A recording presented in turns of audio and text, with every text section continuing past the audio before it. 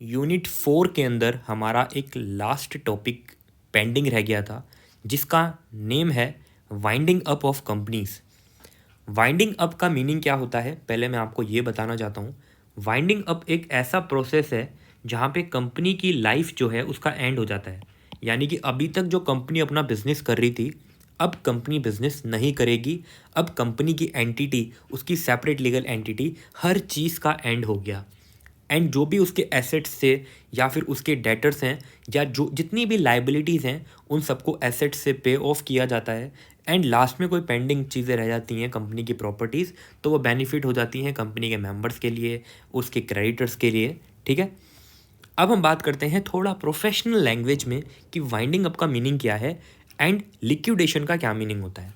क्योंकि हम कभी ना कभी ये सोचते थे कि लिक्विडेशन अलग है, वाइंडिंग अप अलग है, लेकिन section 2 clause 94A of companies act 2013 ने एक बात बोली है क्या, कि वाइंडिंग अप का मीनिंग है कि कंपनीज एक्ट 2013 के अंदर जो वाइंडिंग अप का मीनिंग बोला गया है उसको हम वाइंडिंग अप बोलेंगे। एंड लिक्विडेशन भी वाइंडिंग अप होता है, लेकिन इंसॉल्वेंसी एंड बैंक्रप्सी कोड में वाइंडिंग अप का दूसरा नाम लिक्विडेशन दे रखा है। ओके, आई होप आपको क्लियर हुआ होगा कि वाइंडिंग अप एंड लिक्विडेशन दोनों एक ही चीज़ होती हैं। अब हम बात करते हैं किसकी, कि वाइंडिंग अप का जो प्रोसीजर होता है वो किस चैप्टर में दिया गया है कंपनीज एक्ट 2013 के।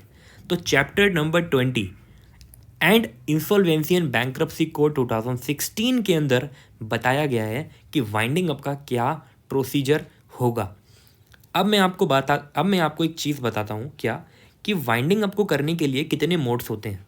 भाई वाइंडिंग अप जो है वो छोटी मोटी चीज़ नहीं है, लेकिन वाइंडिंग अप कब होता है ये हम थोड़ी देर बाद बात करेंगे। अभी हम बात करते हैं क्या, कि मोड्स क्या होते हैं वाइंडिंग अप के। मोड्स का मतलब कौन कौन वाइंडिंग अप करा सकता है कंपनी का। ध्यान से समझो, अगर NCLT national company law tribunal को ऐसा लगता है किसी भी कॉरपोरेट को देख के कि वो जो कॉरपोरेट है उसका वाइंडिंग अप कर देना चाहिए, उसके ओपिनियन में ऐसा लगता है, वो सेटिस्फाई है कि हाँ इसका वाइंडिंग अप कर देना चाहिए, तो भाई वो NCLT उसका वाइंडिंग अप इजीली करवा सकता है।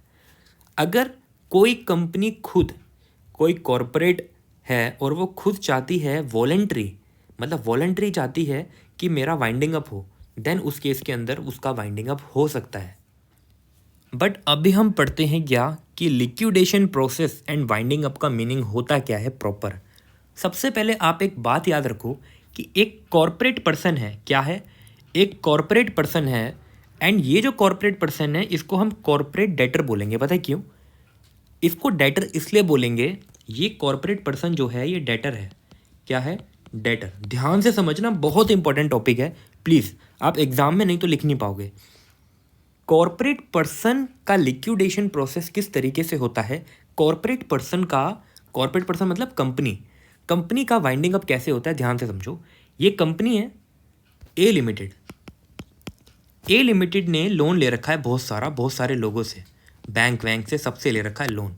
तो ये अभी क्या बन गई, कॉरपोरेट डेटर। कॉरपोरेट पर्सन है लेकिन इसको हम कॉरपोरेट डेटर बोलेंगे। ठीक है, अब देखो क्या होता है। फॉर एग्जाम्पल लिक्विडेशन प्रोसेस जो होता है ना, एग्जाम्पल से पहले लिक्विडेशन प्रोसेस जो होता है ये आपका एक लास्ट रिजॉर्ट होता है। किस चीज़ के लिए, मनी को रिकवर करने के लिए। अब इसको थोड़ा सा डीप में समझने के लिए ना मैं आपको एक चीज़ बताता हूँ एग्जाम्पल के थ्रू, ध्यान से समझना, बहुत ध्यान से। लिक्विडेशन या फिर वाइंडिंग अप कब होता है, जब कंपनी के पास जो कॉरपोरेट डेटर है उसके पास इंसॉल्वेंसी आ जाती है। क्या आ जाती है, इंसॉल्वेंसी। अब इंसॉल्वेंसी वर्ड जो है क्या है भाई, इंसॉल्वेंसी का मतलब होता है कि उस कंपनी के जो एसेट्स हैं वो कम हैं, लेकिन उसकी जो लाइबिलिटी है वो लाइबिलिटी जो है वो बहुत ज़्यादा है इन कंपैरिजन टू एसेट्स। तो आपको ऐसा देख के नहीं लग रहा कि वो जो पर्सन है वो इंसॉल्वेंट हो गया है। तो ऐसी इंसॉल्वेंसी की सिचुएशन में क्या होता है कि भाई अगर वो अपने डेट्स को, अपने वो क्रेडिट, जो भी जिन लोगों से पैसा लिया है उन लोगों से अगर वो उनको पैसा नहीं दे पा रहे तो फिर तो दिक्कत हो गई ना। दिक्कत हो गई भाई, कैसे काम चलेगा?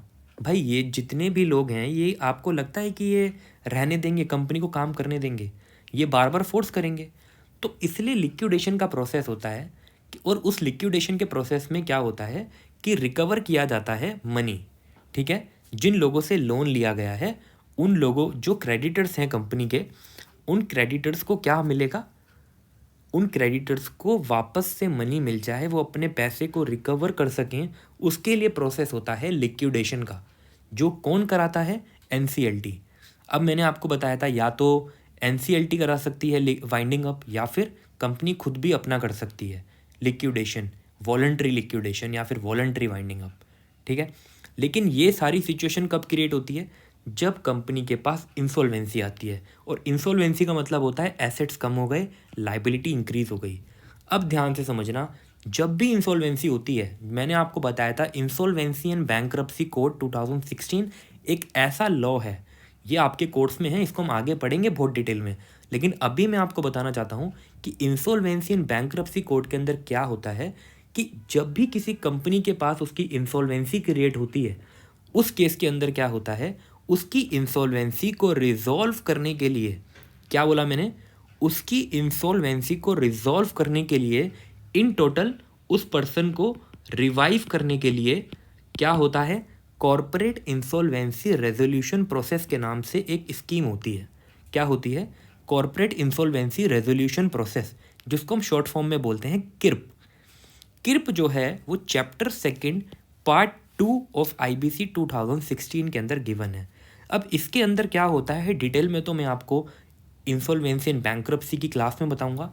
शॉर्ट में बता रहा हूँ कि इसके अंदर क्या होता है कि कंपनी को रिवाइव किया जाता है, उसके जितने भी लाइबिलिटीज़ होती हैं उनको पे ऑफ किया जाता है, सेटलमेंट किया जाता है, ठीक है, उसके एसेट्स को देके।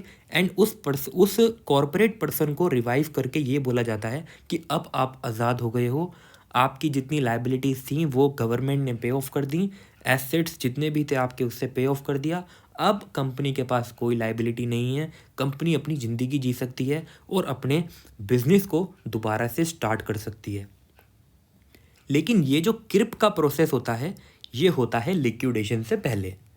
यानी कि जब भी कंपनी को ऐसा लगता है कि उसकी इंसॉल्वेंसी क्रिएट हो गई है, तो वो चुपचाप से आके इंसॉल्वेंसी एंड बैंक्रप्सी कोड का यूज़ करके कॉर्पोरेट इंसॉल्वेंसी रेजोल्यूशन प्रोसेस में करा के अपने आप को रिवाइव करा सकती है और लिक्विडेशन एंड वाइंडिंग अप से बच सकती है। इसलिए इसको बोलते हैं क्या? किर्प। आई होप आपको समझ आया।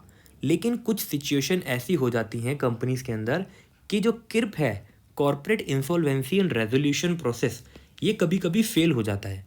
कुछ कंडीशंस ऐसी हो सकती हैं जो फुलफिल नया की हों, तो उस केस के अंदर क्या होता है? देन लिक्विडेशन होता है। लिक्विडेशन में क्या होता है? सारे एसेट्स वेसेट्स सारी चीज़ें मतलब हटा दी जाएंगी, सब कुछ पे ऑफ कर दिया जाएगा, एंड जो भी चीज़ होंगी एसेट्स कम है उन सबको सेल कर दिया जाएगा, ऑक्शन करा दिया जाएगा। देन उस केस को हम बोलते हैं लिक्विडेशन। एंड लिक्विडेशन का मतलब क्या होता है? ये सारा चीज़ें जो हो रही हैं, सेल हो रही हैं, लाइबिलिटीज़ पे ऑफ हो रही हैं, ये आती है आपके chapter 3 part 2 of insolvency and bankruptcy code 2016 के अंदर। और जब लिक्विडेशन कंप्लीट हो जाता है, देन आपको डिसोल्यूशन का ऑर्डर मिल जाता है, देन वो कंपनी का एंड हो जाता है। और कंपनी का जब एंड होता है तो फिर कंपनी ख़त्म, उस कंपनी जैसा नाम का कोई एग्जिस्ट नहीं करेगा। लिक्विडेशन के प्रोसेस के अंदर लिक्विडेशन का काम हो रहा होता है, लेकिन डिसोल्यूशन का ऑर्डर पास होते ही कंपनी की एंटिटी का एंड हो जाता है। आई होप ये कॉन्सेप्ट आपको क्लियर है। सबसे पहला मोड है winding up by the NCLT. National company law tribunal जो है वो किसी भी कंपनी का वाइंडिंग अप करा सकता है। लेकिन इसको पढ़ने से पहले आप मेरे साथ एक चीज़ बोलो, ठीक है? क्या बोलोगे? जो मैं बोलूँगा मेरे पीछे पीछे बोलोगे कि अंडर सेक्शन 272 वाले लोग जब नीचे दिए गए इस ग्राउंड्स पर, क्या बोला मैंने? अंडर सेक्शन 272 वाले लोग जब नीचे दिए गए इन ग्राउंड्स पर, नीचे दिए गए इन ग्राउंड्स पर क्या करेंगे? पेटिशन फाइल करेंगे एनसीएलटी को। अगर वो एनसीएलटी को पेटिशन फाइल करेंगे, कौन से लोग? अंडर सेक्शन 272 वाले लोग, देन उस केस के अंदर क्या होगा? उस केस के अंदर एनसीएलटी चाहे तो तो वो ये ऑर्डर पास कर सकता है, ये ऑर्डर नीचे दिए गए ऑर्डर पास कर सकता है। मेरे साथ बोलो, अंडर सेक्शन 272 वाले लोग, यानी कि ये लोग अंडर सेक्शन 272 वाले लोग अगर पीछे दिए गए उन ग्राउंड्स पर पेटिशन फाइल करते हैं तो एनसीएलटी इन ऑर्डर्स को पास कर सकता है। अब हम पढ़ेंगे क्या कि वो लोग कौन हैं जो पेटिशन फाइल कर सकते हैं, एंड ग्राउंड्स क्या होते हैं, एंड एनसीएलटी कौन कौन से ऑर्डर पास कर सकता है। एनसीएलटी को ये लोग पेटिशन फाइल कर सकते हैं कि किसी भी कंपनी का क्या कराना है, किसी भी कंपनी का वाइंडिंग अप कराना है। तो वो कौन से लोग हैं, या तो कंपनी, या फिर कोई भी कॉन्ट्रीब्यूटरी या फिर कॉन्ट्रीब्यूटरीज, या फिर रजिस्ट्रार ऑफ कंपनी, या फिर कोई भी ऐसा पर्सन जिसको सेंट्रल गवर्नमेंट ने ऑथराइज्ड किया गया है, या फिर ऊपर दी ये जो भी चीज़ें मैंने बोली हैं, कंपनी, कॉन्ट्रीब्यूटरी, आरओसी, या फिर कोई भी पर्सन जो ऑथराइज किया गया है, या तो वो सारे मिलके, या फिर उनमें से कोई एक, या तो फिर सेंट्रल गवर्नमेंट या फिर स्टेट गवर्नमेंट, अगर कंपनी जो है वो नेशनल इंटरेस्ट के अगेंस्ट है। नेशनल इंटरेस्ट का मतलब देश के इंटरेस्ट के हो सकता है, ह्यूमन ट्रैफिकिंग का काम कर रहे हो, समझ रहे हो, कंपनी के गोदामों में भर रखा है, रजिस्ट्रार ऑफिस के अंदर आप लेबर लॉ का वायोलेशन कर रहे हो, बच्चों को काम करा रहे हो, तो ऐसी सिचुएशन के अंदर पता चला कि नेशनल इंटरेस्ट वायोलेशन हुआ है, या कंपनी जो है वो बाहर पता चला किसी दूसरी कंट्री से हथियार ले रही है, ठीक है, वेपन्स ले रही है, वेपन्स का सप्लाई कर रही है, तो नेशनल इंटरेस्ट के तो अगेंस्ट है ना। तो ऐसी सिचुएशन के अंदर ये 1 2 3 4 5 6 ये 6 लोग एनसीएलटी को पेटिशन फाइल कर सकते हैं, ठीक है। अब हम पढ़ेंगे क्या ग्राउंड्स किसे कहते हैं, किन ग्राउंड्स पे ये 6 लोग पेटिशन फाइल कर सकते हैं। अब सेक्शन 272 वाले पर्सन्स, जो कि 6 पर्सन्स थे, वो इन ग्राउंड्स पर पेटिशन फाइल कर सकते हैं एनसीएलटी को। अगर ये ग्राउंड्स उनको लगता है देखने में कि ऐसा कुछ है, तो वो पेटिशन फाइल कर सकते हैं एनसीएलटी को। पहला ग्राउंड है कि कंपनी ने स्पेशल रेजोल्यूशन पास किया है, किस चीज़ के लिए, कि भाई उसका वाइंडिंग अप होना चाहिए, ठीक है। कंपनी अगर एक्ट कर रही है अगेंस्ट सॉवरेनिटी, इंटीग्रिटी, या फिर सिक्योरिटी ऑफ स्टेट, स्टेट का मतलब होता है गवर्नमेंट, या फिर गवर्नमेंट की स्टेट के लिए, या फिर friendly relation with foreign states. अब देखो, फॉरेन गवर्नमेंट्स के साथ मतलब इन टोटल नेशनल इंटरेस्ट के अगेंस्ट काम कर रही है, एंड जिन कंट्रीज़ के साथ इंडिया का अच्छा रिलेशनशिप है उन कंट्रीज़ के साथ भी उसके अगेंस्ट में काम कर रही है, ठीक है, मोरालिटी को बिगाड़ रही है। तो ऐसी सिचुएशन अगर ऐसा आप कुछ काम कर रही है कोई कंपनी, तो भाई ये ग्राउंड हो सकता है कि उस पर पेटिशन फाइल की जा सकती है। अब तीसरा ग्राउंड क्या है, या तो रजिस्ट्रार ऑफ कंपनी ने एप्लीकेशन लगाई है, या फिर सेंट्रल गवर्नमेंट ने किसी पर्सन को ऑथराइज्ड किया गया है, उसने एप्लीकेशन लगाई है, किसको, एनसीएलटी को। एंड एनसीएलटी को ऐसा ओपिनियन, ऐसा उसको लगता है कि जो भी अफेयर्स हैं कंपनी के, वो जो हैं फ्रॉडुलेंट मैनर में हैं, गलत हैं, अनलॉफुल पर्पस के लिए हैं, फ्रॉड नेचर के हैं, मिसकंडक्ट के नेचर के हैं, देन उस केस के अंदर भी वो 6 लोग 272 वाले एप्लीकेशन लगा सकते हैं एनसीएलटी को कि आप इस कंपनी का वाइंडिंग अप कराइए। अब या तो कोई कंपनी डिफ़ॉल्ट कर रही है फाइलिंग में। अब एक्चुअली क्या होता है, कंपनी की रिस्पॉन्सिबिलिटी होती है कि वो अपने financial statement and annual return को फाइल करेगी। अगर वो आरओसी को, रजिस्ट्रार ऑफ कंपनी को, ये फाइलिंग नहीं कर रही, ठीक है, for immediately preceding 5 consecutive year, मतलब 5 साल से या तो ना तो वो फाइनेंशियल स्टेटमेंट फाइल कर रही, ठीक है, या फिर या फाइनेंशियल स्टेटमेंट फाइल नहीं कर रही, या फिर एनुअल रिटर्न फाइल नहीं कर रही, ठीक है, तो उस केस के अंदर ये भी ग्राउंड बन सकता है।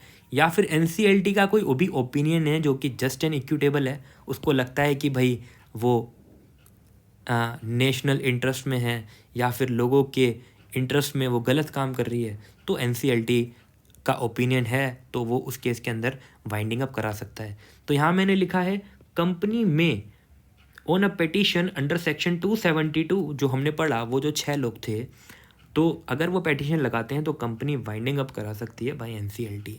ओके, अब हम पढ़ेंगे कि जब इन ग्राउंड्स पे 272 वाले लोग जब पेटिशन फाइल करेंगे एनसीएलटी को, तो एनसीएलटी क्या ऑर्डर पास कर सकता है।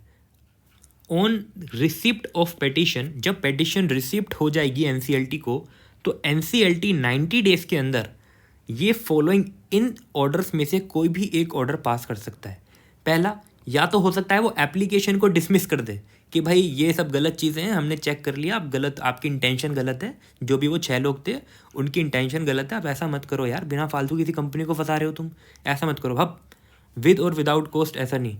या तो फिर इंटरीम ऑर्डर। इंटरीम ऑर्डर का मतलब होता है कि जो भी एनसीएलटी को ठीक लगता है वो बीच में हो सकता है किसी चीज़ पे स्टे लगा दे, स्टे मतलब रोक दे कि हाँ एक पर्टिकुलर टाइम तक वो कंपनी काम नहीं कर सकती, ताकि इन्वेस्टिगेशंस हो सकें और भी जो चीज़ों को एनालाइज कर सकें, इस चीज़ के लिए इंटरीम ऑर्डर होता है। या फिर वो प्रोविजनल लिक्विडेटर को अपॉइंट कर सकता है। एनसीएलटी प्रोविजनल लिक्विडेटर को अपॉइंट कर सकती है जब तक कि वाइंडिंग अप का ऑर्डर नहीं हो जाता। और ये प्रोविजनल लिक्विडेटर क्या करेगा, सारी लिस्ट बनाएगा, क्या क्या चीज़ें हैं, क्या क्या चीज़ें कंपनी में, कितने एसेट्स हैं, क्या लाइबिलिटी है, ताकि फ्यूचर में ईजीली वो चीज़ें हो सकें। या फिर वो ऑर्डर पास कर सकता है वाइंडिंग अप का, ठीक है, वाइंडिंग अप का ऑर्डर पास किया जा सकता है एनसीएलटी के थ्रू। अगर उसको लगता है कि पिटीशन जो है वो वैलिड है, सही है, देन उस केस के अंदर वो भी विद और विदाउट कॉस्ट एंड कोई भी ऑर्डर जो एनसीएलटी को ठीक लगे भाई पास कर सकता है।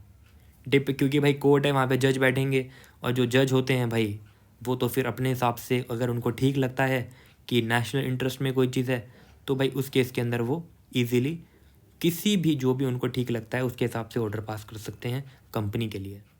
अभी हमने पहला मोड पढ़ा था क्या, कि एनसीएलटी के थ्रू वाइंडिंग अप हो सकता है। अब हम पढ़ रहे हैं voluntary winding up, chapter number 5 of IBC 2016। देखो पहले जो वाइंडिंग अप का कॉन्सेप्ट था वो कंपनीज एक्ट 2013 में था। कहाँ पे था, कंपनीज एक्ट 2013 के अंदर। लेकिन अब ये इंसॉल्वेंसी एंड बैंक्रप्सी कोड के अंदर है, ठीक है। एंड मैंने इसका रीज़न आपको बताया था। क्या रीज़न ये था कि भाई अगर कंपनी की इंसॉल्वेंसी आती है और कंपनी खुद चाहती है कि भाई उसका लिक्विडेशन हो जाए या फिर वो रिजॉल्व कर ले खुद को, तो उस केस के अंदर वो इजीली फिर तो वो इंसॉल्वेंसी एंड बैंक्रप्सी कोर्ट पे ही जाती है। तो वॉलंटरी वाइंडिंग अप का मतलब होता है कंपनी खुद चाहती है कि भाई उसका वाइंडिंग अप हो जाए, ठीक है, उसका लिक्विडेशन हो जाए, ठीक है। तो वो कॉरपोरेट पर्सन ऐसा जब भी कर सकता है। इसको मैं आपको एक चीज़ दिखाता हूँ। देखो वॉलंटरी वाइंडिंग अप का मतलब क्या होता है कि कंपनीज एक्ट 2013, ठीक है, ध्यान से समझना, कंपनीज एक्ट 2013 पहले इसका प्रोविज़न देता था, बट अब ऐसा कुछ नहीं है। अब इंसॉल्वेंसी एंड बैंक्रप्सी कोड 2016 से चलता है। लेकिन वॉलंटरी वाइंडिंग अप कराने के लिए कंपनी खुद अपना वाइंडिंग अप करा सकती है, लेकिन उसके लिए 2 कंडीशंस का सेटिस्फाई होना बहुत ज़रूरी है। पहली कंडीशन क्या है, कंपनी के पास कोई डेट ना हो, ठीक है। अगर कंपनी के पास कोई डेट है तो भाई वो उसको एबल होना चाहिए पे करने के लिए, क्योंकि लिक्विडेटर जो अपॉइंट होगा, जो ये सारी चीज़ों की लिस्ट बनाएगा कि कंपनी पे कितनी लाइबिलिटीज़ हैं, कितने एसेट्स हैं, तो उस लिक्विडेटर को ऐसा देख के लगना चाहिए कि इसके एसेट से इसकी लाइबिलिटीज़ पे ऑफ हो जाएंगी, देन वाइंडिंग अप हो सकता है। या फिर कंपनी पहले लिक्विडेट हुई थी किसी पर्सन के साथ फ्रॉड करने के लिए, ठीक है, मतलब एंड या तो पहले लिक्विडेट हुई थी तो भी इस चीज़ में ऐसा हो सकता है। अब या तो कंपनी की इंटेंशन है, पता है क्या, कि वो किसी पर्सन को डिफ्रॉड करने, मतलब फ्रॉड करने के लिए किसी पर्सन को लिक्विडेट होगी। तो भाई ऐसी इंटेंशन अगर पता चल गई एनसीएलटी को या लिक्विडेटर को, तो भाई आपका लिक्विडेशन नहीं हो सकता। और अगर एक बार लिक्विडेशन कंप्लीट हो जाता है, उसका प्रोसेस कंप्लीट हो जाता है, तो जो लिक्विडेटर होता है वो एप्लीकेशन लगाता है एनसीएलटी को, नेशनल कंपनी लॉ ट्राइब्यूनल को, कि भाई आप इस कंपनी का डिसोल्यूशन करा दीजिए। क्या करा दीजिए, डिसोल्यूशन। तो अब हम बात करते हैं किस चीज़ की, अब हम बात करते हैं कि ये क्या है, कि अगर देखो मैंने अभी बात की किस चीज़ के बारे में, कि वो जो कंपनी है वो डिफ़ॉल्ट नहीं करनी चाहिए। अब डिफ़ॉल्ट नहीं करनी चाहिए, इसके लिए क्या क्या करना पड़ेगा उस कंपनी को, ये है रटने वाली बात, एग्ज़ाम में लिख के आना है, ध्यान से समझना। पहली चीज़, उसको एफिडेविट देना पड़ेगा। अब एफिडेविट क्या होता है ये तो नहीं बताना ना मेरे को, एफिडेविट क्या होता है ये तो नहीं बताना ना, आई होप आपको पता होगा। एक एफिडेविट देना है, और एफिडेविट का मतलब होता है डिक्लेरेशन देना है, ठीक है, कि जितने भी मेजॉरिटी ऑफ डायरेक्टर्स हैं वो ऐसा वेरीफाइड करते हैं जो मैंने अभी आपको अपने चार्ट में बताया, कि कंपनी के पास कोई डेट नहीं है, और अगर डेट होगा तो वो उसको पे कर सकते हैं, ठीक है। एंड जो भी वॉलंटरी लिक्विडेशन, और कंपनी जो है वो किसी भी पर्सन को डिफ्रॉड करने के लिए लिक्विडेट नहीं होगी। अब देखो विद इन 4 वीक्स के अंदर आपको स्पेशल रेजोल्यूशन पास करना है एंड इंसॉल्वेंसी प्रोफेशनल को अपॉइंट करना है एज अ लिक्विडेटर, क्यों? क्योंकि आप अपना लिक्विडेशन करा रहे हो तो लिक्विडेटर को अपॉइंट करना पड़ता है। लिक्विडेटर जो होता है वो इंसॉल्वेंसी प्रोफेशनल होता है, गवर्नमेंट का एक पर्सन होता है, ठीक है। इसके लिए भी एक एग्ज़ाम पास करना पड़ता है, देन कोई पर्सन लिक्विडेटर बनता है। या फिर रेजोल्यूशन ऑफ मेंबर, मतलब रेजोल्यूशन पास करना पड़ेगा मेंबर्स के थ्रू, ठीक है, कि जो कंपनी है वो लिक्विडेट होगी या फिर डिसॉल्व होगी बाद में, एंड उसके लिए भी लिक्विडेटर अपॉइंट करना पड़ेगा। अब उसके बाद क्या होगा, कंपनी नोटिफाई करेगी क्या कि उसका रजिस्ट्रार ऑफ कंपनी या बोर्ड जो भी हैं उन्होंने रेजोल्यूशन पास किया है किस चीज़ के लिए, कि लिक्विडेट होगी company with in 7 days of such resolution, subsequent approval of creditor ऐसा केस में भी, ठीक है। अब क्या करना है, जो क्रेडिटर्स हैं उनकी अप्रूवल लेनी है आपको। भाई क्रेडिटर्स की तो अप्रूवल लगेगी ना, ऐसा तो नहीं है आप खुद भी तो फिर यही वाली कंडीशन हो जाएगी कि भाई आप फ्रॉड करने के लिए कुछ कर रहे हो, तो एनओसी तो लेनी पड़ेगी आपको। एंड वॉलंटरी लिक्विडेशन प्रोसीडिंग्स के लिए मानना पड़ेगा, और वो माना जाएगा डीम्ड कब से, to commence from the date of passing resolution. बहुत ही ज़्यादा इम्पोर्टेंट है ये। वीडियो पसंद आई तो वीडियो को लाइक करना एंड चैनल को सब्सक्राइब करना आगे अपडेट के लिए।